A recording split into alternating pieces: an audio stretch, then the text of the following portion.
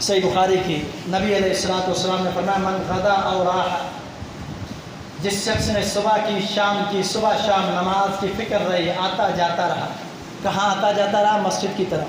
من غدا او راح ہے، صبح بھی نکلتا ہے مسجد کی طرف، شام بھی مسجد کی طرف، نماز کے لیے آتا جاتا رہتا ہے، فرمایا اللہ تعالیٰ نزولاً اس کے لیے اہتمام فرماتا ہے، اللہ تعالیٰ اس کے لیے فرشتوں کے ذریعے ایک دسترخواں بچھوا دیتا ہے۔ مسجد میں جا رہا ہے، مسجد میں دسترخواں نظر آ گیا، لگ گیا دسترخواں، نظر نہیں آتا، محدثین نے شرح کی۔ قال اللہ عز وجل فی محکم تنزیلہ وهو اصدق القائلین انا اعطیناک الکوثر فصل لربک وانحر ان شانئک هو الابتر سبحانک لا علم لنا الا ما علمتنا انک انت العلیم الحکیم۔ حمد و ثنا درود و سلام کے بعد معزز سامعین حضرات، اللہ وحدہ لا شریک کی کلام اقدس سے ایک چھوٹی سی سورت الکوثر کی تلاوت کی۔ اس سورت کے اندر نبی علیہ الصلوۃ والسلام کو خوشخبری دی گئی ہے اور آپ علیہ الصلوۃ والسلام کو حکم دیا گیا ہے۔ خوشخبری یہ ہے کہ آپ کے لیے اللہ تعالیٰ نے کوثر عطا کر دی ہے، حوض کوثر کی خوشخبری، اور اس کے بعد اللہ تعالیٰ نے دو حکم صادر فرمایا فصل لربک وانحر، کہ آپ اپنے رب کے لیے نماز پڑھیے اور قربانی کیجیے۔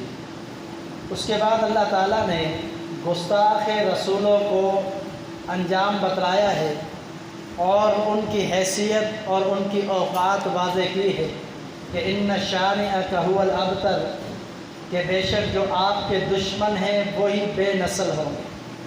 یہ اس صورت کا مختصر مفہومی ترجمہ تھا۔ وضاحت کے طور پر صرف ایک آیت پر ہم بات کریں گے۔ تفصیل سے آج کے خطبے کا یہ موضوع ہے کہ نبی علیہ الصلوۃ والسلام کو اللہ تعالیٰ نے نماز کا حکم دیا اور ساتھ میں فرمایا کہ قربانی کرو۔ ترتیب کیا ہے آیت کی؟ فصل لربک وانحر، کہ آپ اپنے رب کے لیے نماز پڑھیے اور قربانی کیجیے۔ ترتیب یہ ہے کہ نماز پہلے قربانی بعد۔ تین مقاصد ہیں اس ترتیب کے، تین مقاصد ہیں، تین وجوہات ہیں کہ جس کی بنا پر اللہ تعالیٰ نے پہلے نماز کا تذکرہ کیا، اس کے بعد اللہ تعالیٰ نے قربانی کا تذکرہ فرمایا۔ اس کی وجہ یہ ہے، سب سے پہلی وجہ کہ فصل لربک، اپنے رب کے لیے نماز پڑھ، اس سے مراد ہے فرضی نماز۔ اللہ تعالیٰ نے فرضی نماز کا پہلے تذکرہ کیا اس لیے کہ قربانی سے کئی درجہ زیادہ اہمیت فرضی نماز کی ہے۔ فرضی نماز پہلے ہے، قربانی بعد میں ہے۔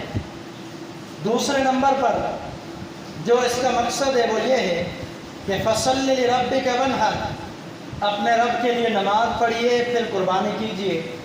تو یہاں پر مطلب یہ ہے کہ نماز کی اہمیت زیادہ ہے۔ نماز کو پہلے ذکر فرمایا اس لیے کہ نماز کی فرضیت، اہمیت، مقام، مرتبہ قربانی کے مقابلے میں زیادہ ہے۔ دوسرا یہ مقصد ہے۔ اور تیسرا مقصد کیا ہے؟ تیسرا مقصد یہ ہے کہ فصل لربک وانحر، اپنے رب کے لیے نماز پڑھیے اور قربانی کیجیے۔ اس سے عید الاضحیٰ کی نماز مراد ہے کہ سب سے پہلے آپ نے عید الاضحیٰ کی نماز پڑھنی ہے، قربانی نماز کے بعد ہے، نماز سے پہلے نہیں۔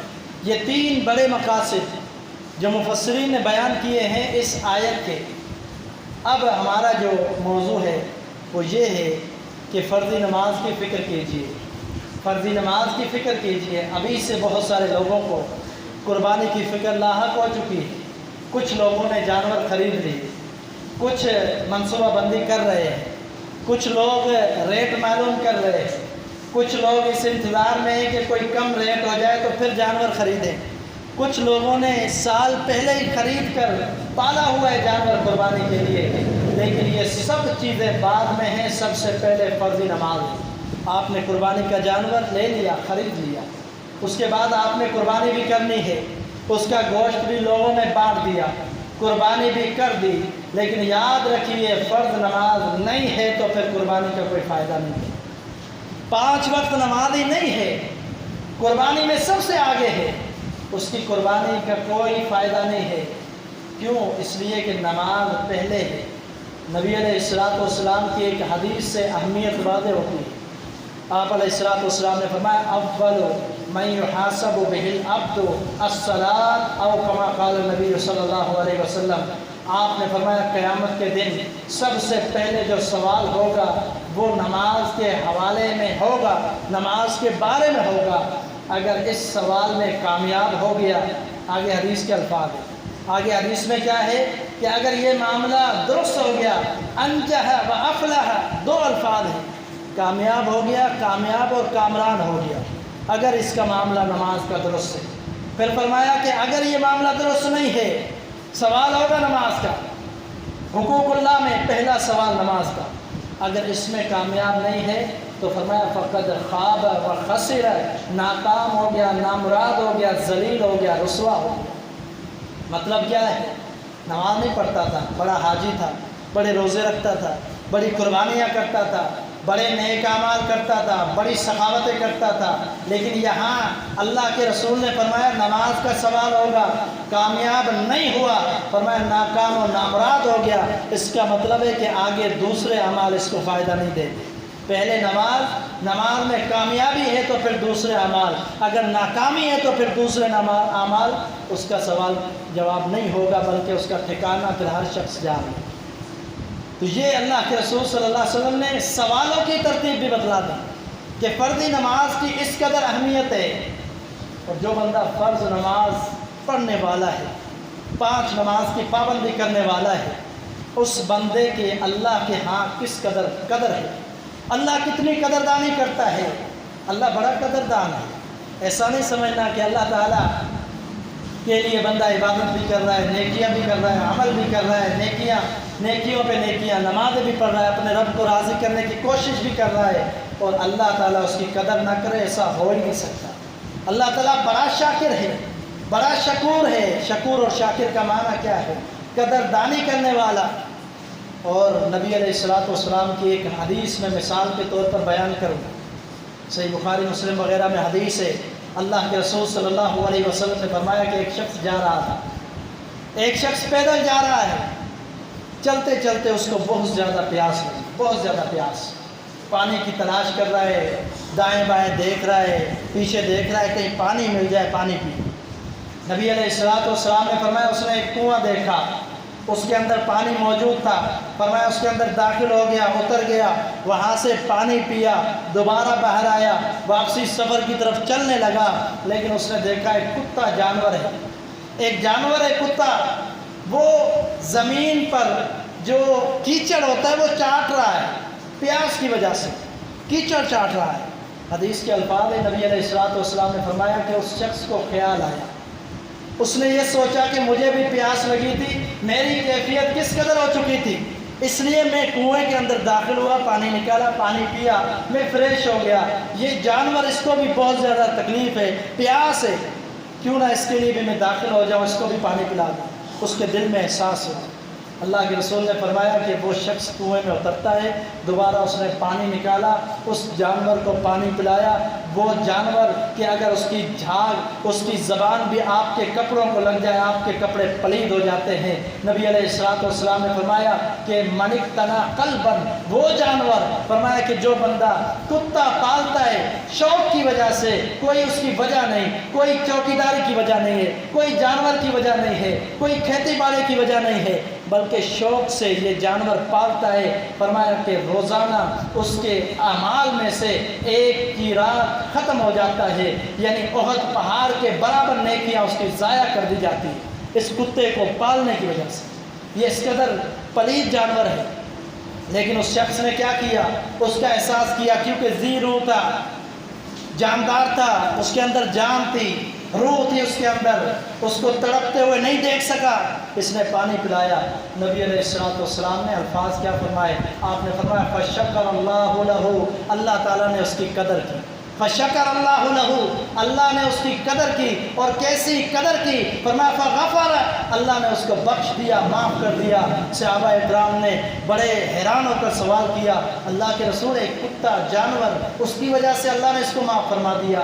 نبی علیہ السلام نے فرمایا میرے صحابہ یہ ساری ذی روح جتنے بھی جانور ہیں، نباتات ہیں، جتنے بھی جانور ہیں، جاندار ہیں، فرمایا ان کے ساتھ یہی معاملہ ہے، جو ان کے ساتھ احساس کا معاملہ کرے گا، ان کا خیال کرے گا، ان کے لیے اللہ تعالیٰ یہ قدر کرتا ہے۔ تو یہ اللہ تعالیٰ شاکر ہے، شکور ہے کہ کوئی نمازی شخص ہے تو اللہ اس کی قدر کرتا ہے۔ اب 2-4 مثالیں پیش کرتا ہوں کہ نمازی کی قدر اللہ تعالیٰ کس طرح کرتا ہے۔ حدیث ہے صحیح بخاری کی، نبی علیہ السلام نے فرمایا من غدا او راح، جس شخص نے صبح کی شام کی، صبح شام نماز کی فکر رہی، آتا جاتا رہا۔ کہاں آتا جاتا رہا؟ مسجد کی طرف۔ من غدا او راح ہے، صبح بھی نکلتا ہے مسجد کی طرف، شام بھی مسجد کی طرف، نماز کے لیے آتا جاتا رہتا ہے۔ فرمایا اللہ تعالیٰ نزولاً اس کے لیے اہتمام فرماتا ہے، اللہ تعالیٰ اس کے لیے فرشتوں کے ذریعے ایک دسترخوان بچھوا دیتا ہے۔ مسجد میں جا رہا ہے، مسجد میں دسترخوان نظر آ گیا، لگ گیا دسترخوان، نظر نہیں آتا۔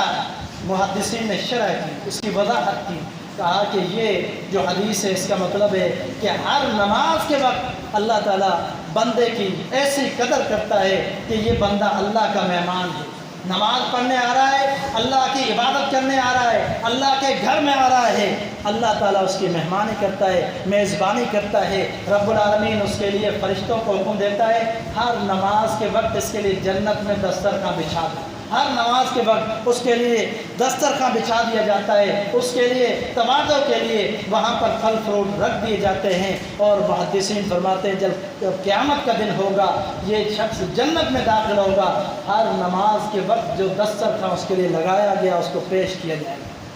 یہ اللہ تعالیٰ قدردانی کرتا ہے کہ ایک بندہ مسجد میں آ رہا ہے، اللہ کا مہمان بن رہا ہے، یہ اللہ کا مہمان ہے، اور یہ اللہ کی دعوت کو قبول کر کے مسجد کی طرف آ رہا ہے۔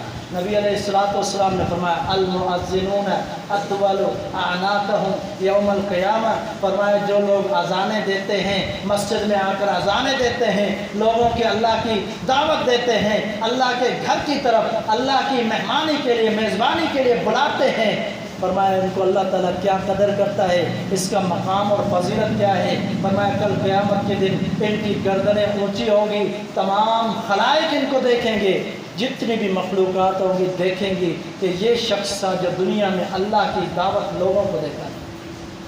اللہ تعالیٰ ایک اذان دینے والے کی اس قدر کرتا ہے، اور پھر نمازی جب نماز پڑھنے آئے اس کے لیے دستر بچھوا دیتا ہے، دسترخوان۔ اور ایک روایت کے الفاظ ہیں، آپ علیہ السلام نے فرمایا من راح، فرمایا جو سفر کرتا ہے مسجدوں کی طرف، الى مسجد الجماع، حدیث کے الفاظ ہے الى مسجد الجماع، مسجد وہ جو جامع مسجد جہاں پر 5 وقت نماز ہوتی ہے، وہاں دعوت دیتا ہے، آتا ہے، خود سفر کر کے گھر سے آتا ہے نماز کے لیے۔ فرمایا کہ جب آتا ہے کہ ایک قدم جو اٹھاتا ہے تمحو سیئۃ، اس قدم پر اللہ تعالیٰ اس کی ایک گناہ کو معاف فرما دیتا ہے، اور فرمایا کہ اس کی نیکی کو لکھ دیا جاتا ہے، گناہ مٹ گیا، نیکی لکھ دی گئی۔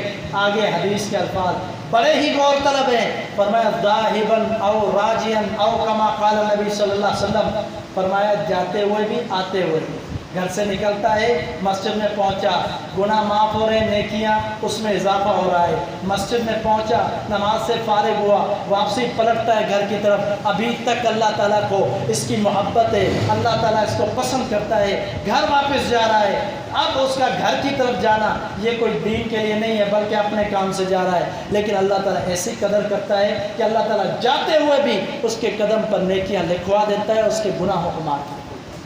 یہ اللہ تعالیٰ قدر کرتا ہے ایک نمازی شخص کی۔ جو بندہ نمازی ہے ہر وقت اس کو نماز کی فکر رہتی ہے۔ ایک آخری حدیث نماز کی فضیلت میں بیان کر رہا ہوں، نبی علیہ السلام نے فرمایا، آپ نے فرمایا کہ کیا میں ایسا عمل نہ بتلاؤں، کیا ایسا عمل نہ بتلاؤں جس عمل کے کرنے کی وجہ سے تمہاری نیکیاں بڑھ جائیں، درجات بلند ہو جائیں اور گناہ تمہارے مٹا دیے جائیں۔ صحابہ اکرام رضوان اللہ علیہم بڑے مشتاق ہوتے تھے اور چاہتے تھے اللہ کے رسول ایسی باتیں بتائیں تاکہ اس پر عمل کریں۔ نبی علیہ الصلوۃ والسلام نے فرمایا اسباغ الوضوء علی المکارہ وکثرۃ الخطی الی المساجد وانتظار الصلاۃ بعد الصلاۃ، 3 الفاظ ادا فرمایا کہ یہ کام کرو گے تو یہ کام کرنے کی وجہ سے تمہارے درجات بلند ہوں گے اور تمہارے گناہ مٹا دیے جائیں گے۔ اسباغ الوضوء علی المکارہ، دل نہیں چاہ رہا تھا پھر بھی وضو درست کرتا ہے، سستی ہو رہی تھی، کاہلی ہو رہی تھی، یا سردی کا موسم ہے، اس موسم میں دل نہیں چاہ رہا تھا، سردی بہت تیز تھی، پانی بھی ٹھنڈا تھا، پھر بھی وضو کرتا ہے۔ یا گرمی کا موسم ہے، آج کل ٹینکیوں کا پانی گرم ہو جاتا ہے، لیکن اس کو نماز کی فکر تھی، گرم پانی کی فکر نہیں کی، پھر بھی وضو کر کے مسجد کے لیے آتا ہے، نماز پڑھتا ہے۔ فرمایا اسباغ الوضوء علی المکارہ، جب پسند نہ ہو پھر بھی مکمل وضو کرتا ہے نماز کے لیے، اس کو اللہ تعالیٰ اس کے درجات بلند کرتا ہے اور اللہ تعالیٰ اس کے گناہوں کو معاف کرنا دیتا ہے۔ پھر فرمایا کثرت الخطی الی المساجد، دوسرے نمبر پر جو بندہ کثرت سے اپنے قدم مسجدوں کی طرف اٹھاتا ہے، کثرت سے مطلب کہ ہر نماز کے ٹائم پہ آتا ہے، بار بار مسجد میں آتا ہے، فرمایا یہ شخص، اس کے لیے بھی یہ اجر ہے کہ اس کی نیکیاں بڑھا دی جاتی ہیں، اس کے گناہ مٹا دیے جاتے ہیں، اس کے درجات بلند کر دیے جاتے ہیں۔ پھر فرمایا وانتظار الصلاۃ بعد الصلاۃ، اور وہ شخص جو ایک نماز کے بعد دوسری نماز کی فکر رکھتا ہے، ایک نماز کے بعد دوسری نماز کی فکر رکھتا ہے، فرمایا ایسے شخص کے لیے بھی اللہ تعالیٰ کیا کرتا ہے، اللہ تعالیٰ ایسے شخص کے بھی گناہوں کو مٹا دیتا ہے، اس کے درجات کو بلند کر دیتا ہے۔ اس حدیث کا تعلق تینوں باتیں نماز کے حوالے سے، تینوں باتیں وضو کے حوالے سے، نماز کے حوالے سے، مسجد کی طرف آنے کے حوالے سے، ان تینوں کی فضیلت دیکھے گناہ مٹتے ہیں، درجات بلند ہوتے ہیں۔ ایک بندہ نمازی بن جائے 5 وقت کا، اللہ اس کی قدر کرتا ہے، بہت عظیم نمازی کا مقام اللہ کے ہاں ہے، بہت بڑا مرتبہ ہے۔ رسول اللہ صلی اللہ علیہ وسلم کے صحابی خلیفۃ المسلمین سیدنا عمر بن خطاب رضی اللہ تعالیٰ عنہ، بڑا ہی معروف ان کا واقعہ ہے، شہادت کا واقعہ، بے ہوش ہو جاتے ہیں، ہوش نہیں آ رہا، لوگ پریشان ہیں کہ امیر مومنین کو ہوش کیسے دلایا جائے، کیسے ان کو ہوش میں لایا جائے، پریشان ہے۔ ایک شخص نے مشورہ دیا، کہا کہ اگر امیر المومنین کو ہوش دلانا ہے تو ان کو کان میں جا کر بتلاؤ کہ نماز کا وقت ہو گیا ہے، نماز وقت ہو گیا نماز کا۔ امیر المومنین کے کان میں بار بار یہ کہا گیا الصلاۃ الصلاۃ الصلاۃ، ان کو ہوش آ گئی اور کہنے لگے نعم نعم نعم، جی ہاں میں نماز کے لیے حاضر ہوں۔ کیفیت ایسی ہے، اٹھ نہیں سکتے، بے ہوشی والی کیفیت طاری ہے، لیکن جب نماز کی بات ہوئی تو فوراً زبان لائی اور فرمایا کہ نعم، جی ہاں میں نے سن لیا۔ نماز کی اس قدر ان کو فکر تھی، صحابہ اکرام کو، خلیفۃ المسلمین کو اس قدر فکر تھی کہ نماز کے لیے کیسی بھی پریشانی ہو نماز سے دور نہیں ہوتے تھے، نماز سے ان کا تعلق قائم تھا۔ عزیزان من، یہ نماز کی اہمیت تھی، یہ فضیلت تھی، سینکڑوں احادیث ہیں، کئی خطبات ہو سکتے ہیں نماز کی اہمیت پر کہ فضیلت کیا ہے، اہمیت کیا ہے، اجر کیا ہے، بہت سارے فضائل ہیں۔ اور جو بے نمازی شخص ہے، 5 وقت کا تارک شخص، اس سے اللہ تعالیٰ نے انتہائی ناپسند کیا ہے، اللہ تعالیٰ نے انتہائی ایسے شخص کو ناپسند کیا ہے۔ نبی علیہ الصلوۃ والسلام کی حدیث ہے، آپ علیہ الصلوۃ والسلام نے فرمایا امر بعبد من عباد اللہ، سلسلہ صحیحہ کی حدیث ہے، غور کرنا۔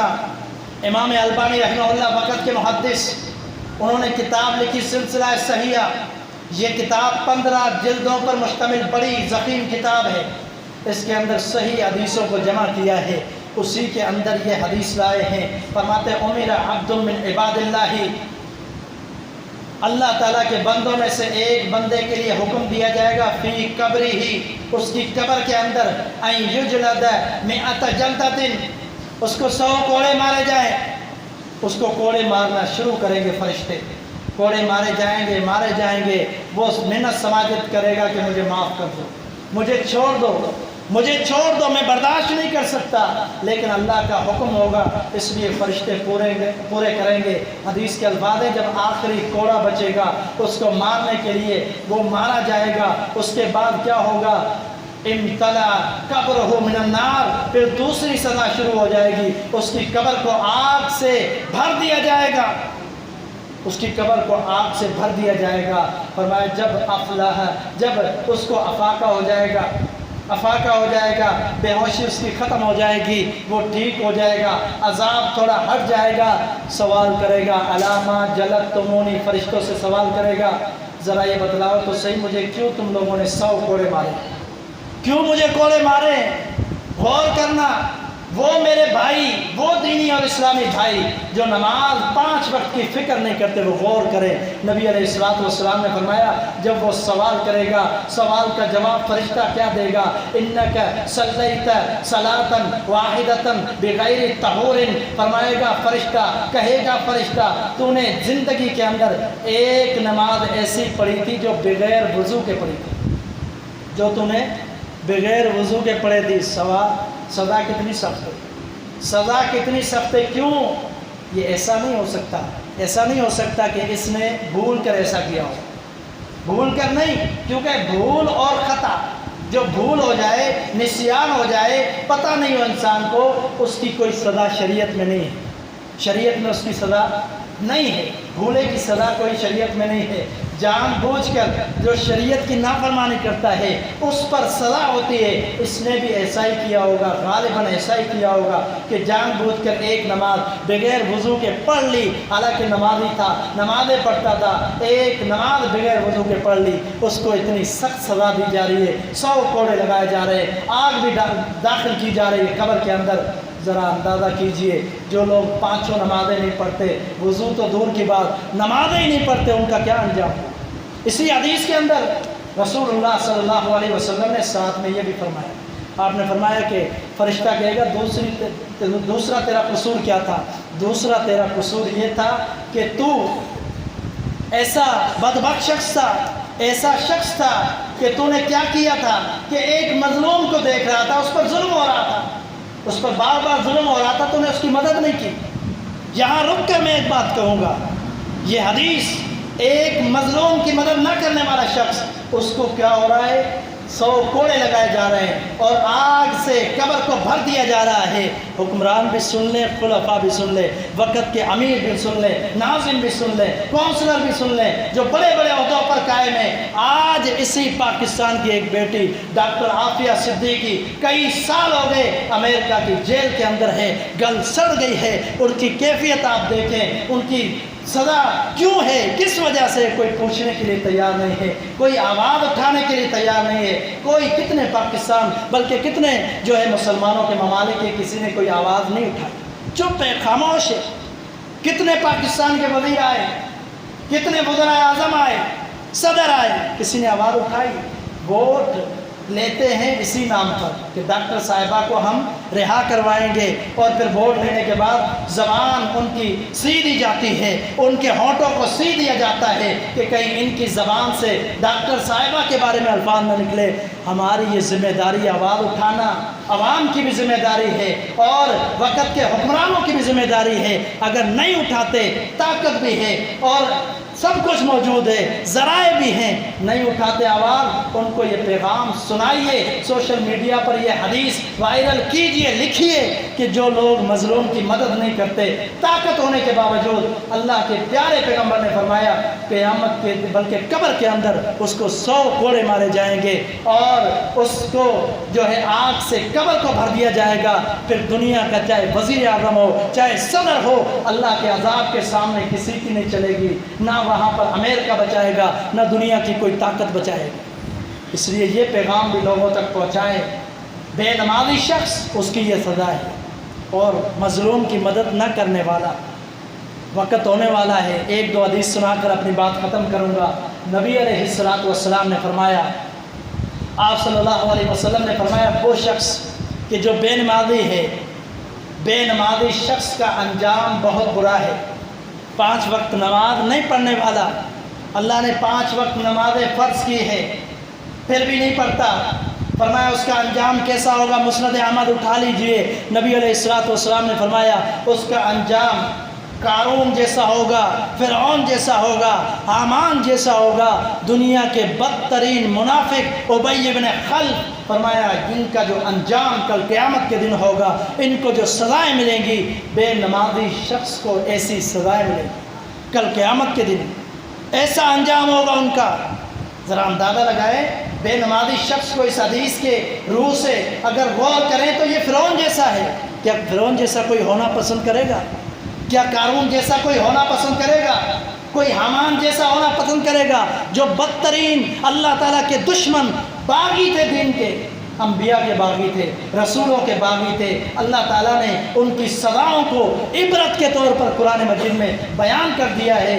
کل قیامت کے دن اگر ہمارا اللہ معاف کرے، اللہ بچائے، ایسا انجام ہو تو پھر ہم کس چیز کے مسلمان ہیں؟ کیسے ہم مسلمان ہیں؟ کیسے ہم مومن ہیں کہ 5 وقت کی نماز کے پابند نہیں بن سکتے؟ ایسے بندے کو سکون کیسے آتا ہے جو نماز کا تارک ہے؟ کیسے اس بندے کو راحت ملتی ہے جو نماز چھوڑ کر تارک نماز سویا رہتا ہے؟ نبی علیہ الصلوۃ والسلام کی حدیث ہے، آپ نے فرمایا کہ ایک شخص کی سزا کا ذکر کیا، فرمایا اس کی سزا یہ ہوگی کہ یسلب رأسہ بالحجر، اس کے سر کو پتھر کے ساتھ بار بار کچلا جائے گا، بار بار کچلا جائے گا پتھر کے ذریعے۔